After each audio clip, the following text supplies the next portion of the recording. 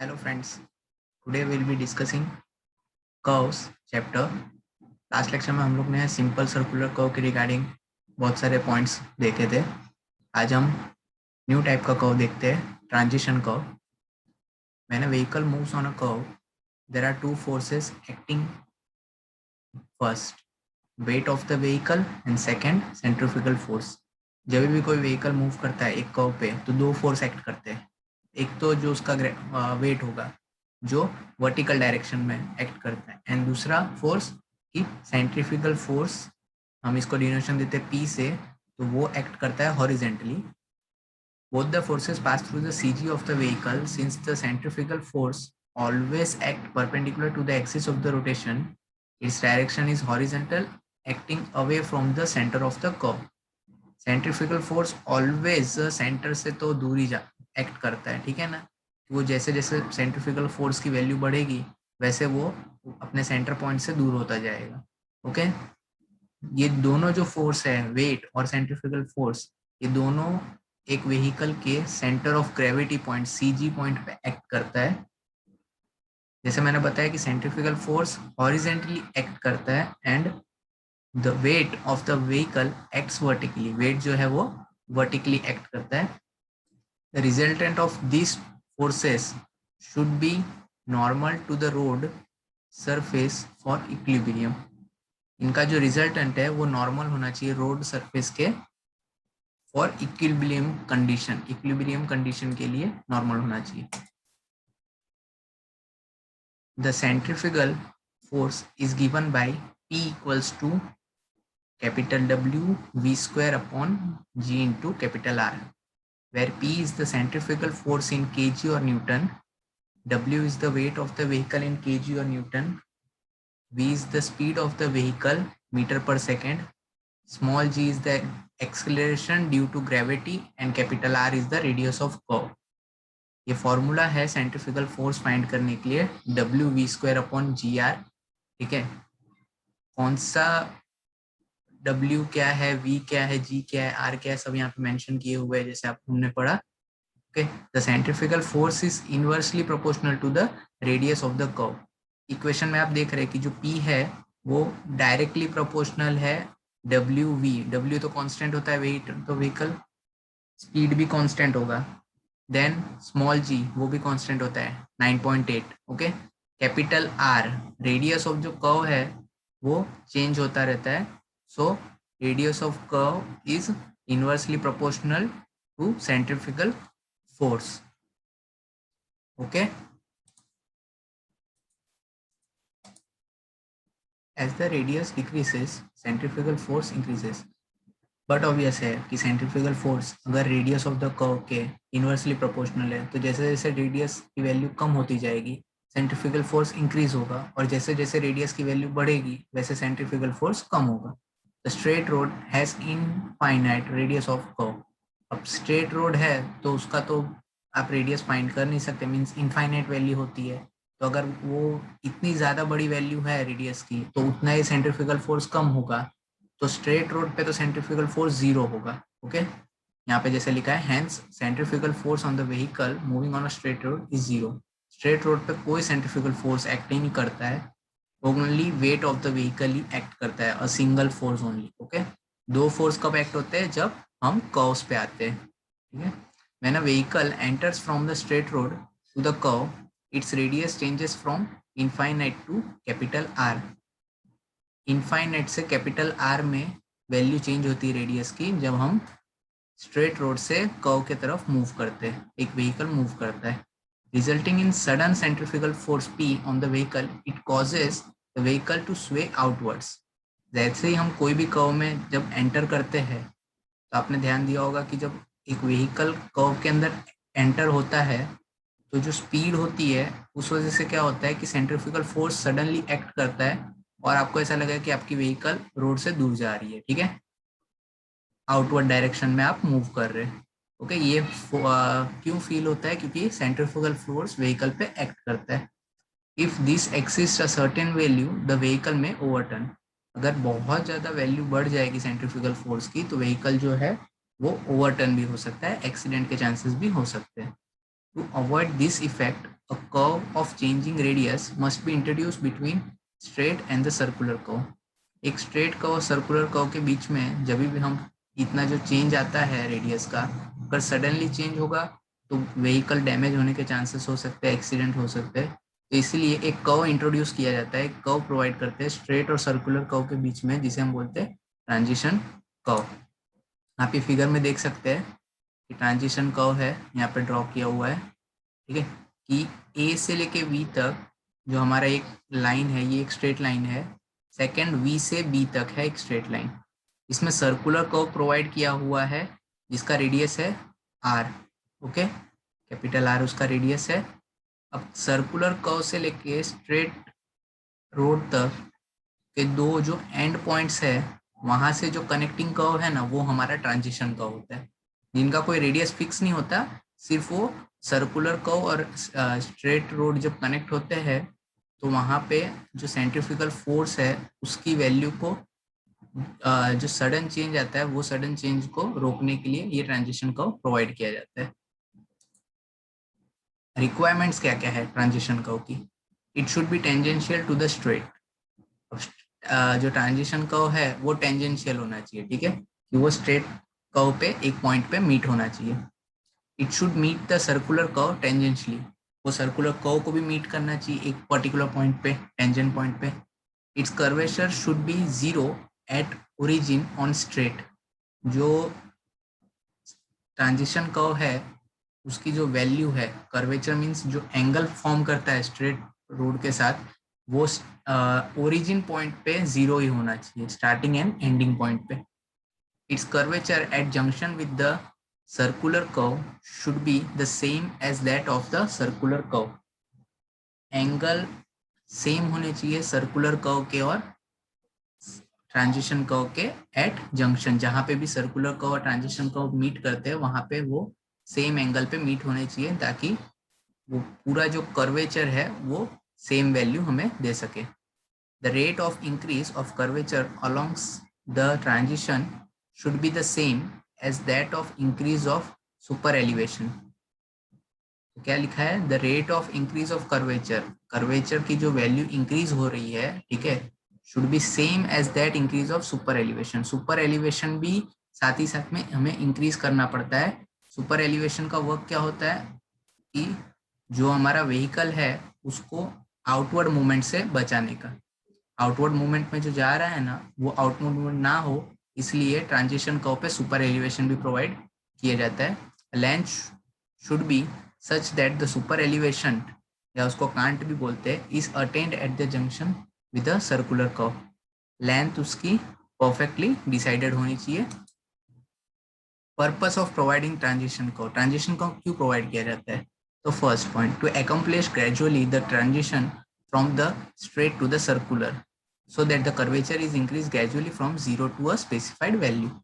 जो भी हमारा कर्व है, स्ट्रेट कर्व से लेके सर्कुलर कर्व तक जब हम पहुंचते हैं तो वो वैल्यू धीरे धीरे बढ़नी चाहिए, ग्रेजुअली इंक्रीज होना चाहिए, ठीक है, ना कि एक डायरेक्टली सडन चेंज आ जाए उसके डायरेक्शन में। तो इसलिए हम ट्रांजिशन कर्व को प्रोवाइड करते हैं to provide a medium from the gradual introduce of super elevation. एक मीडियम प्रोवाइड करता है। जो सुपर एलिवेशन हम प्रोवाइड करते हैं, सुपर एलिवेशन आउटर एज पे प्रोवाइड किया जाता है, ठीक है, कि व्हीकल इनर साइड में ही रहे, ओके, सेंट्रीफ्यूगल फोर्स की वजह से आउटवर्ड डायरेक्शन में मूव ना हो जाए। तो इसके लिए जो स्ट्रेट रोड से सर्कुलर कर्व पे जब आते हैं तो सर्कुलर कर्व पे सबसे मैक्सिमम सुपर एलिवेशन होता है और स्ट्रेट रोड पे सुपर एलिवेशन 0 होता है, तो सडनली चेंज ना आए, ठीक है, इसलिए धीरे धीरे चेंज होने के लिए एक जो प्लेटफॉर्म प्रोवाइड करते हैं वो ट्रांजिशन कर्व होता है। कि ट्रांजिशन कर्व एक ग्रेजुअल इंक्रीज देता है सुपर एलिवेशन के स्ट्रेट से लेके सर्कुलर कर्व तक। To provide extra widening on the circular curve gradually, extra widening circular curve पे प्रोवाइड करने के लिए भी ट्रांजिशन कर्व का यूज होता है। एडवांटेजेस, ट्रांजिशन कर्व के एडवांटेजेस क्या है? It lessens the discomfort to the passengers traveling in the vehicle while negotiating a curve. Passengers को डिस्कम्फर्ट नहीं हो, वो आराम से अपना ट्रैवलिंग कर सके, इसलिए ये एक बेनिफिट है ट्रांजिशन कर्व का। It reduces the change of the overturning of the vehicle at the junction of straight and the curve. जो हमारा ओवरटर्निंग होने के चांसेस रहते हैं व्हीकल पे जब स्ट्रेट कर्व से सर्कुलर कर्व में मूव करते हैं, तो वो जो चांसेस है उसको रिड्यूस करता है. It allows higher speed at the curve. Higher speed of the vehicle को मेंटेन करने के लिए ट्रांजिशन कर्व हेल्पफुल है. And fourth point, the wear on the running gears is reduce. जो हमारा रोड है उसमें कोई भी डैमेजेस ना हो, इसलिए ट्रांजिशन कर्व बहुत इंपॉर्टेंट रोल प्ले करता है. There are 3 types of transition curve. 3 type के ट्रांजिशन कर्व है टोटल. फिगर में आप लोग को दिख रहा होगा जैसे कि एक है cubic parabola. Okay, cubic parabola. Second है lemniscate and third spiral. Total 3 type के कर्व यहाँ पे ड्रॉ किए. जो सबसे बाहर वाला है वो क्यूबिक पैराबोला है, उसके अंदर वाला लेमिस्केट है, और सबसे अंदर जो सर्कुलर पोर्शन में बना हुआ है वो हमारा स्पाइरल शेप है. क्यूबिक पैराबोला के रिगार्डिंग बात करते हैं तो when the shape of the cubic parabola of the curve is parabolic. अगर शेप कर्व का पैराबोलिक है तो उसके हम क्यूबिक पैराबोला बोलते हैं. Okay, and this type of curve is used in railway line construction. Railways में ये टाइप के कर्व यूज होते हैं, cubic parabola. Spiral. This is an ideal transition curve. In this type of curve, the radius of the curve at any point changes in proportion to the distance of that point from the beginning of the transition curve. ये एक ideal transition curve है. Spiral curve कौन सा है? एक ideal transition curve है. Okay, इस curve के अंदर जो रेडियस है कोई भी पॉइंट पे, ठीक है, वो ग्रेजुअली इंक्रीज होता है डिस्टेंस के अकॉर्डिंगली. ओके, थर्ड हमारा है lemniscate. Instead of providing intermediate circular curve when the entire curve is provided in the form of the transition curve, it is known as lemniscate. एक straight curve के और circular curve के बीच में जब हम transition curve को provide करते हैं, हमें वो आइडिया है, पर ट्रांजिशन कर्व जो प्रोवाइड होता है सर्कुलर कर्व के बीच में, तो 2 ट्रांजिशन कर्व के बीच में एक सर्कुलर कर्व होता है. ओके, लास्ट टाइम हमने फिगर में देखा है, लास्ट फिगर में.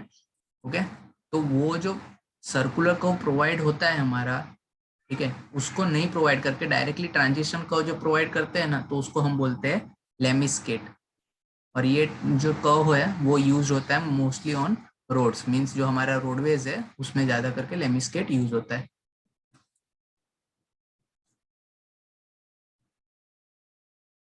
ये यहाँ तक हमने बात किया ट्रांजिशन कर्व के रिलेटेड. अब हम बात करते हैं वर्टिकल कर्व्स के. तो vertical curve is provided when there is a sudden change in gradient of highway or a railway. Gradient means slope. Okay, तो स्लोप में जब भी कोई सडन चेंज आता है तो उस टाइम पे जो हम कर्व्स प्रोवाइड करते हैं वो होता है हमारा vertical curve. Vertical curve smoothens the change in gradient so that there is no discomfort to the passengers traveling in the vehicle. Passengers जो ट्रैवल कर रहे हैं व्हीकल में उनको कोई प्रॉब्लम नहीं हो, कोई डिस्कम्फर्ट नहीं फील हो जब ग्रेडियंट में चेंज होता है, स्लोप में चेंज आते हैं, ठीक है, ट्रैवलिंग के टाइम पे. इसलिए वर्टिकल कर्व्स प्रोवाइड किए जाते हैं और वर्टिकल कर्व स्मूथ कर देते हैं जो भी ग्रेडियंट के चेंज है उसके अंदर. In case of ridge, a rising gradient is followed by a falling gradient.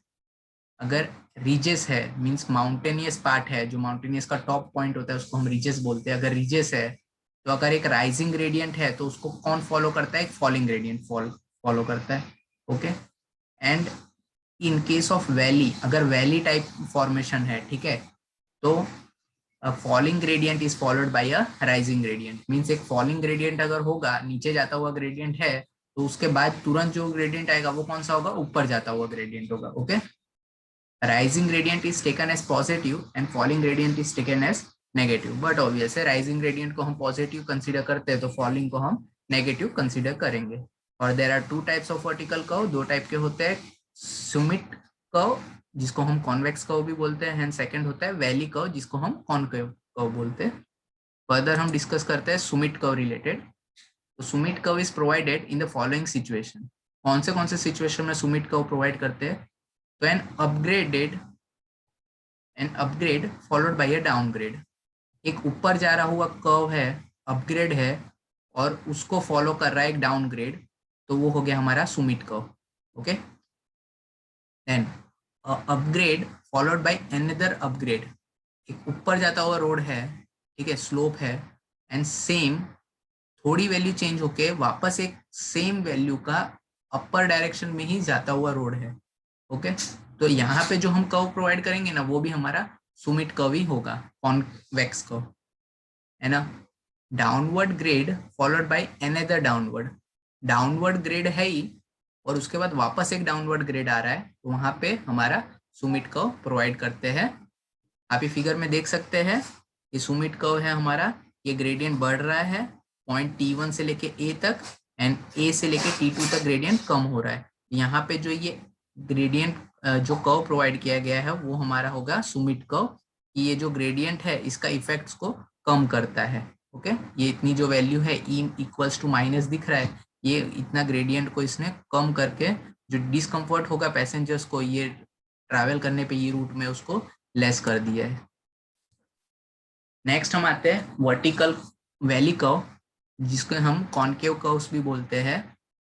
तो concave curve is provided in the following situation, and downward grade followed by a upgrade, downward grade है, followed किससे कर रहा है, upgrade से। तो यहाँ पे जो कर्व प्रोवाइड होता है वो वैली कर्व, जैसे हमारे फिगर में देख रहे हैं, ठीक है। G1 है, ये डाउनवर्ड ग्रेड है, और G2 अपग्रेड है।